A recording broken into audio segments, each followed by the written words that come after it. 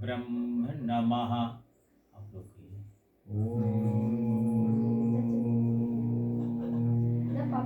व्यापिक ब्रह्म नमः। ओम व्यापिक ब्रह्म नमः।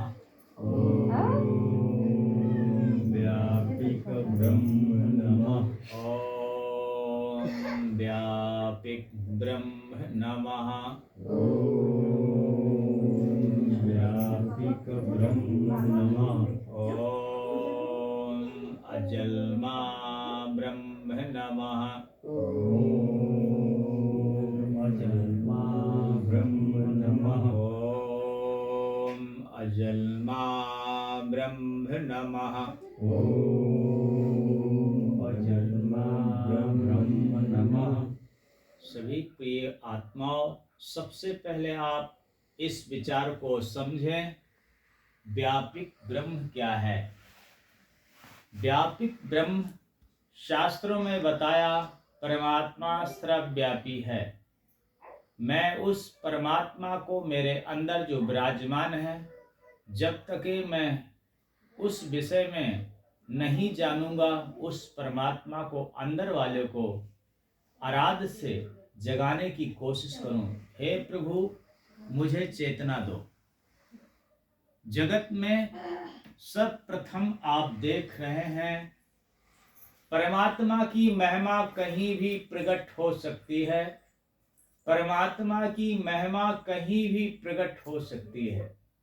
अवश्य देखा होगा, इस क्षेत्र में ऋषियों का क्षेत्र था। ये गंगा क्षेत्र, कटरी क्षेत्र, यहाँ आपकी झोपड़ियां ऋषि आवास में थी। आज यहाँ का बदलाव समय आने पर हो गया। विचार करें, भगवान को 3 स्थानों पर सभी लोगों को बताकर दिखाया गया कि रजोगुण, तमोगुण और सतोगुण। हम जब सतोगुण में देखते हैं तो वर्ण दिखाई देता है, ब्रह्मा जी को आप स्थान दे रहे हैं। जब हम रजोगुण में देखते हैं तो विष्णु जी को देखते हैं, वहां भी वर्ण दिखाई देता है। न कि जब प्रभु भोलेनाथ को देखते हैं, तमोगुण को देखते हैं, तो वहां वर्ण दिखाई नहीं देता है। इसलिए तपस्या का कोई वर्ण नहीं होता, भक्ति का कोई ऐसा रंग नहीं होता। परमात्मा निरपंथ होते हैं तो भक्त भी निरपंथ होता है। पंथवाद से तो मुझे कहीं भ्रम पैदा हो सकता है, न कि जहां कोई पंथ नहीं होगा वहां मुझे कोई भ्रम पैदा नहीं हो सकता है। समझिए, सारे ज्ञानी महापुरुष कहते हैं हम सभी एक की संतान हैं, न कि अनेक दृष्टि से देखते क्यों।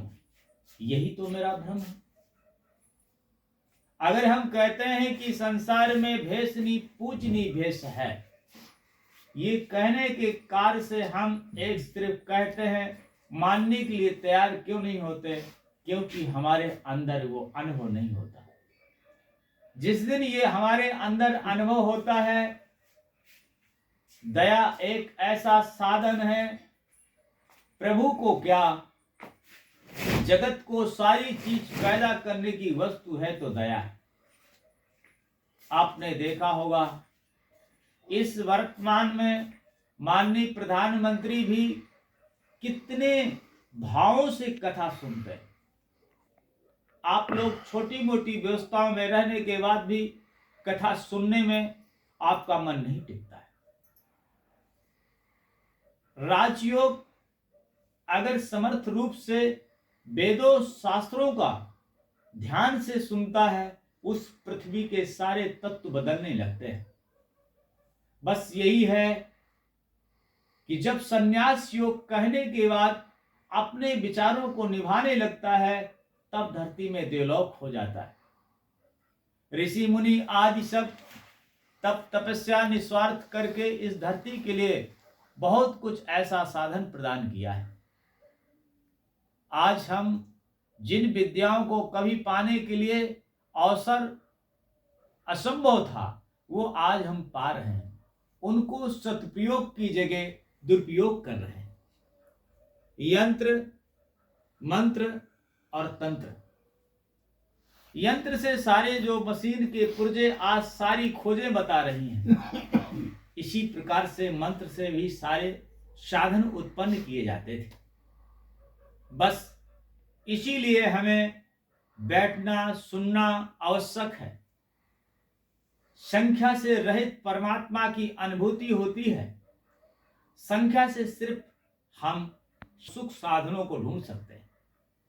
जब सुख साधनों को ढूंढते हैं तो संख्या में जब अधिक होते हैं, अधिक संख्या में हमें सारी सुविधाओं को ख्याल होता है, अहंकार भी हो सकता है। इसलिए रविदास, कबीरदास, तुलसीदास आदि जो है ये सब संख्या के बाहर थे। सच्चे प्रेम में कोई दूसरा दिखाई नहीं देता, मैं और मेरा ईश्वर। मैं प्रभु का हूं, प्रभु मेरा है, यही तो सच्ची बात है। इस सच्ची की बात के लिए ये बताइए, यहाँ 1973 के आसपास कितना बड़ा यहाँ पर आपत्ति का कोप आया। आज उसकी गाथा यहाँ के जानने के लिए आपके बुजुर्ग ही बता सकते हैं। 24/7/98 में जब इस क्षेत्र में हमारा आगमन हुआ, बताइए यहाँ का कितना सुंदर स्थान था। बस हम जब संख्या में अधिक होते हैं सारी चीज बदलने लगती है। जय श्री राम।